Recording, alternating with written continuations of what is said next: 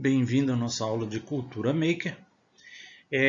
Hoje a gente vai realmente falar sobre a ferramenta Maker que a gente está propondo que seja utilizada como metodologia ativa e que a gente vai falar principalmente da ferramenta Maker. A gente vai repetir algumas coisas aqui, mas a gente vai falar direcionado a como utilizar a ferramenta Maker, as vantagens e falar algumas coisas que eu não chamo de desvantagens, são obstáculos que a gente ainda vai ter que lidar, né? E que a gente só vai saber ultrapassar esses obstáculos quando a gente enfiar a mão na massa, quando a gente começar a utilizar a ferramenta, certo? Mas a gente pode pensar ela de antemão, que é o caso que a gente vai ver nessa aula aqui. Por que a Cultura Maker pode ser uma ótima ferramenta de ensino? Né? Primeiro, ela já é conhecida pela comunidade escolar. Todo mundo, ou basicamente todo mundo, eu não tenho uma visão tão ampla assim. Na minha bolha, eu tenho a impressão de que todo mundo que você fala, aluno, professor, servidor, todo mundo que a gente fala de cultura maker, ele sabe o que é, né? Na minha pequena bolha, né? Talvez tenham, né, alunos, pessoas que não têm ideia do que é isso, né? Mas dentro da comunidade ele é bastante conhecido, dentro da comunidade escolar, né?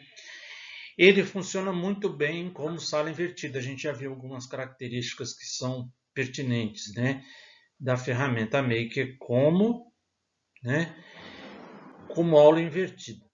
Tá? Eu acho que até eu escrevi aqui Cultura Maker. A gente precisa parar um pouco de falar de Cultura Maker, né, ferramenta Maker, né? Mas vamos lá. Permite facilmente usar um problema ou um projeto para a construção do ensino, que é o que a gente já falou, né? Baseada em projeto, né? Ensino baseado em projeto.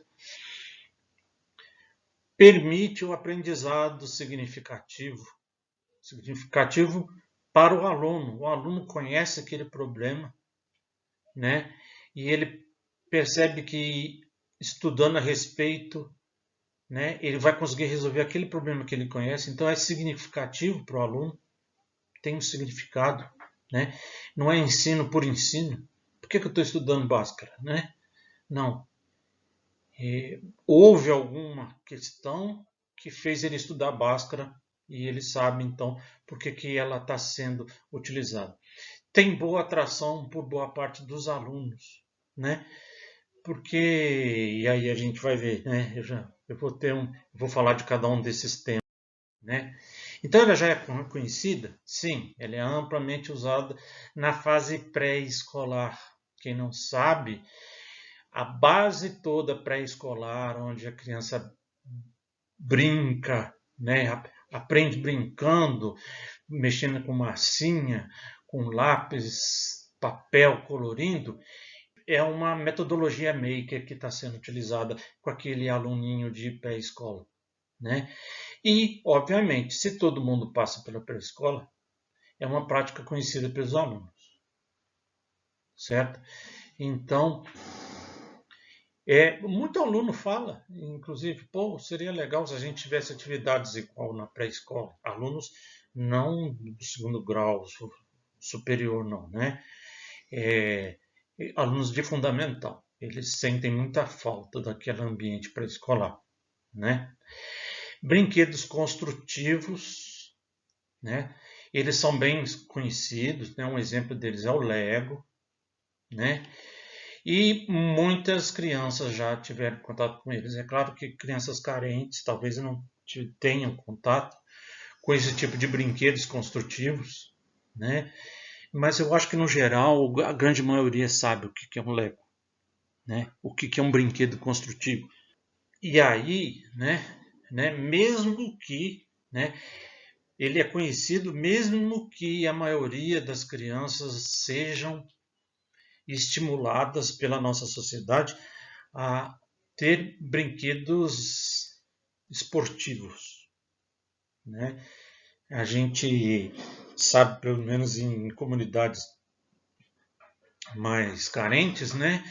Que a brincadeira da garotada é futebol. Por quê? Porque, no fundo, eles estão interessados em algum dia virar um jogador profissional de futebol. Então, é a perspectiva de vida deles. A ideia nossa é mostrar outras perspectivas, né? Então, mas os brinquedos construtivos são conhecidos. Outra coisa, a cultura nerd, que é muito vinculada à cultura maker, né? Embora não seja a mesma coisa, não é, né? Mas é muito comum o nerd estar vinculado a um maker, a uma cultura maker, né? Ou pelo menos, se ele não está, ele não atua como maker, ele sabe o que é. Ele sabe muito bem o que é, né? E a cultura nerd, que recentemente foi transformada em cultura pop, né, pela própria mídia, né? Sabe-se lá por que isso está acontecendo, eu não sei. Alguém deve saber, mas não é eu, né? É porque que a cultura nerd virou pop, né? Eu sempre sofri muito bullying por ser adepto da cultura nerd e agora eu sou o bambambam, bam, bam, né? Tá. Contribui para disseminar a disseminação do conceito de que brincar num laboratório pode ser legal, né? Cool. Né? Então, essa disseminação da cultura nerd também ajuda a criar uma ideia de que brincar num laboratório pode ser uma coisa legal. Não é ensino, né? É, a criança ela tem um problema, né? Existe um preconceito com a escola, né? Então, quando você fala que laboratório não é escola, ou pelo menos engana o aluno assim, né? Ele pode ver que aprender é uma coisa legal. Então, o aparecimento também da cultura startup, né? Então, as startups estão se demonstrando como ótimas fontes de renda, né? Vamos dizer, você pode hoje em dia você pode entrar na escola almejando um dia abrir uma startup, né? De alguma coisa, então é uma cultura e essa cultura demonstra, né, de que o profissional criativo e mão na massa ele é muito mais importante do que os anteriormente chamados teóricos, né? Aquele que passava o tempo todo sentado no banco da escola ouvindo o professor, ele está perdendo espaço dentro dessa evolução, desse universo das startups, né? E também, quando a gente fala de uma cultura maker, onde você vai trabalhar com eletrônica e computação, é muito fácil para o garoto, garota, né, ver que a eletrônica e a computação hoje em dia é um campo de trabalho muito interessante, né? Então, ele é atraente nesse sentido. Ele funciona bem na sala de aula invertida? Funciona, né? Então, a gente já falou um pouco disso. O maker, né? Então, a princípio, o maker é um cara que está disposto a resolver um problema, né? E para que ele resolva o problema, é natural que ele saiba que ele precisa aprender alguns conceitos antes de resolver. Então, esse problema que eu falei do maker, ele pode ser colocado diante do aluno para que o aluno seja o maker, né? Então, o aluno sendo o maker, ele passa a ser o principal ator no processo da aula, que é uma dos pilares da metodologia ativa, né? Um projeto problema, né? Quando bem feito, ele obviamente ele é multi ou transdisciplinar ou interdisciplinar, pode usar o termo que é ele, um projeto bem feito, ele vai mexer com muita coisa, né? Biologia, história e pode mexer muita coisa num determinado problema. O uso de problemas como objeto da aula permite. Então, o uso de problemas é um jeito de dar um incentivo para o aluno, porque o aluno que tem preconceito com a aula, ele não encara esse trabalho no laboratório como aula. Embora seja, ele vê a aula de outro jeito. Então, isso tira muito do preconceito que o ensino tem. As pesquisas feitas pelo aluno, permitem que o professor direcione os conteúdos, ele pode ajudar nesse sentido, né? Ele poderá haver interação não só entre os participantes da equipe, mas também entre as equipes, né? Então, isso é bom para a interação entre alunos. E uma coisa muito importante, né, é de que o resultado não depende do resultado estar certo ou errado. Na definição de um problema, quando a gente termina uma aula, vamos dizer, entre aspas, né, um conteúdo, a gente não precisa que o resultado desses estudos dos alunos dê um fim correto ou errado. O importante é que ele passou por esse processo de autoaprendizagem, né? Então, é o princípio de ensinar a estudar e não ensinar conteúdo. Ensinar a estudar. Ele é significativo, né? Eu falei, né? É a significância da ferramenta Maker, né? Em primeiro, né? Porque ele atende à transdisciplinaridade, né? Sem perder significância. Então, ele tem um significado e esse significado é obtido pela interação que existe entre as disciplinas para chegar na resolução do problema, né? E o problema pode ser adaptado de diversas formas conforme o contexto do aluno. Como eu disse, às vezes alunos em condições de necessidade, né, ou de baixo poder aquisitivo, vamos dizer, né, ele às vezes tem mais problemas que o aluno de classe alta, de classe e que eles podem ser utilizados no contexto do estudo. Então, quer dizer, a ferramenta Maker, às vezes, ela é melhor de ser usada para crianças, para alunos de baixa renda do que para de alta renda. Isso até engraçado.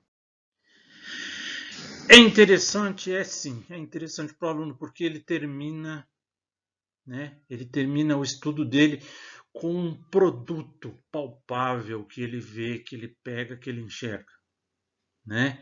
Então, por exemplo, a construção de protótipos dá uma sensação ao aluno que ele produziu ótimo, né? A tal da materialidade do ensino, isso daqui é ótimo para o aluno, né? E também é uma forma de motivar, de dar significado àquele estudo que ele fez, certo? Questões que ainda, né, estão em aberto, né?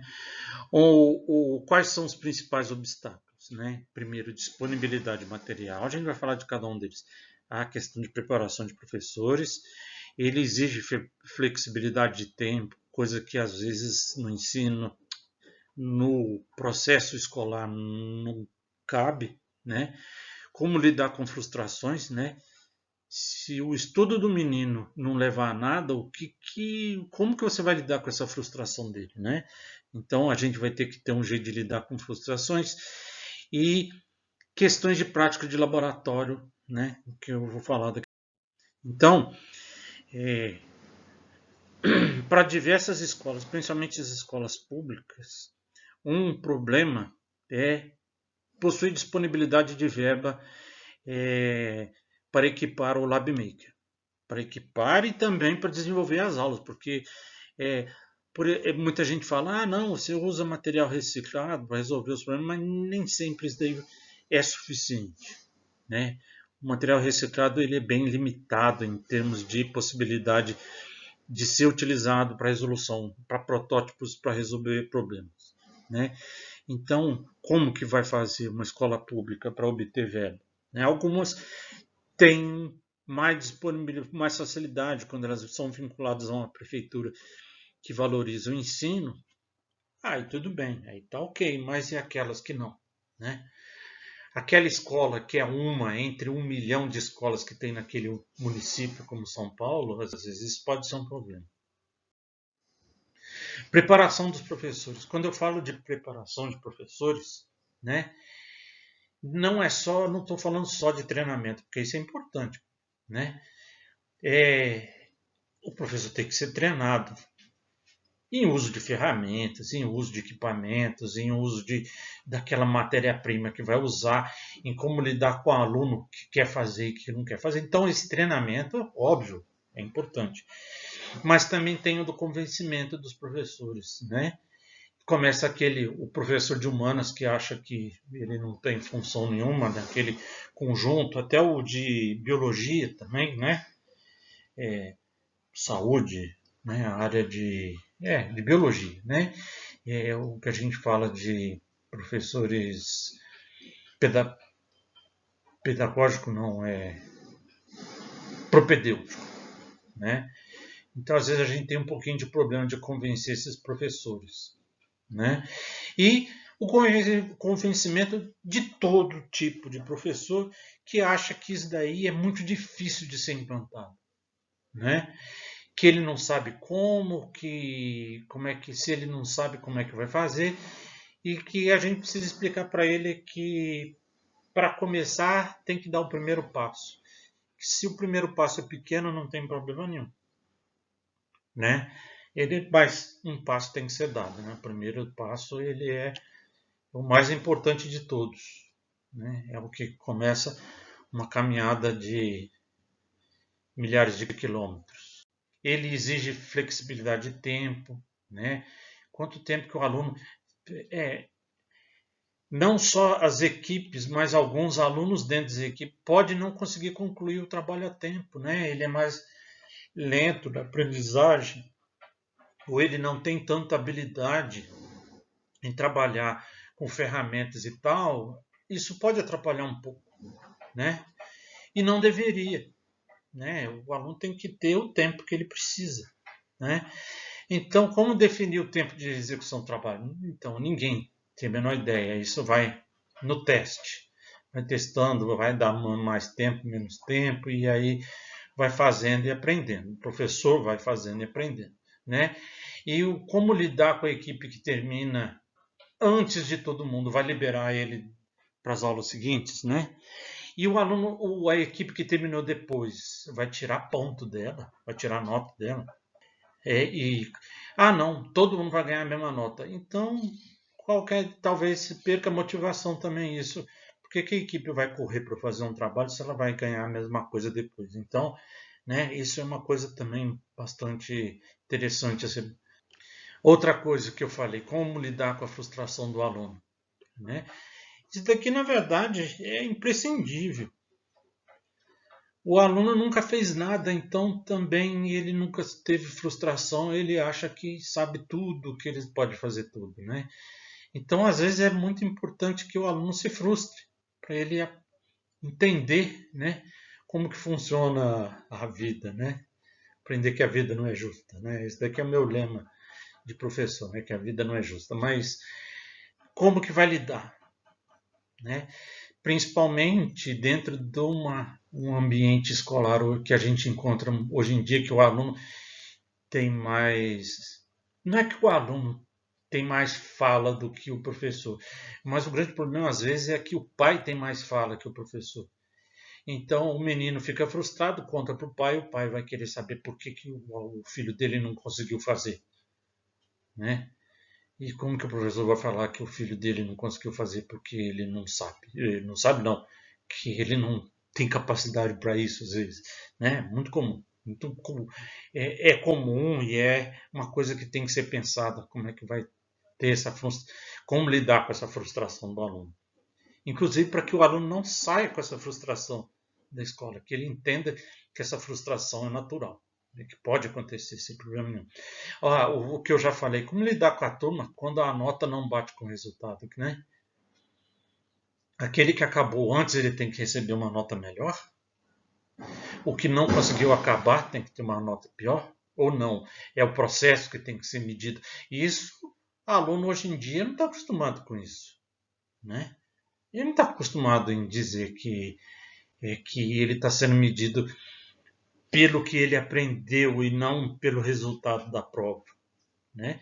Às vezes um aluno que não conseguiu um resultado, mas ele aprendeu tanto durante o processo que ele pode ter até uma nota melhor do que a dos outros. Então, isso daí A primeira coisa que tem que fazer é ensinar a turma, né? Adaptar a turma a essa questão de nota, né? Se bem que essa é também outra concepção. Será que a gente tem que usar nota, né? Numa aula desse tipo? Talvez não, né? E por fim, a questão das práticas de laboratório. Pela filosofia Maker propor um hands-on, né, que é pôr a mão na massa, né? Será que a escola está disposta a encarar os riscos inerentes ao uso de ferramentas? Então, o aluno, né, usando ferramentas, se ele sofrer um acidente, e que é possível, mesmo com todo o cuidado é possível acontecer, e aí? Como que a escola vai lidar com isso? Né? Será que ela está disposta? É um problema para ser encarado, né? E não tem solução também, né? Infelizmente, a escola vai ter que estar disposta a isso e ter mecanismos para tratar disso.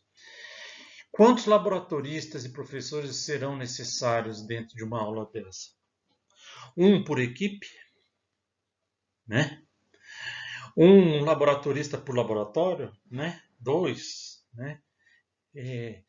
Será que a escola está disposta a pagar uma quantidade de gente assim, né? E um último problema. Quando a gente fala em cultura maker, o Lab Maker, para você chamar o Lab Maker de Lab Maker, ele precisa estar aberto à comunidade por um determinado período, né? Que eles falam, pelo menos um dia da semana, ele tem que estar aberto à comunidade, né? Será que a escola está a fim de abrir as suas portas, a porta do seu laboratório para a comunidade poder entrar e trabalhar ali, né? Será? Às vezes a comunidade não dá muita segurança para a escola, né? Então, né, é outra coisa para ser pensado, certo? Então eu trouxe aqui hoje os pontos a favor e os pontos que ainda precisam ser discutidos, né?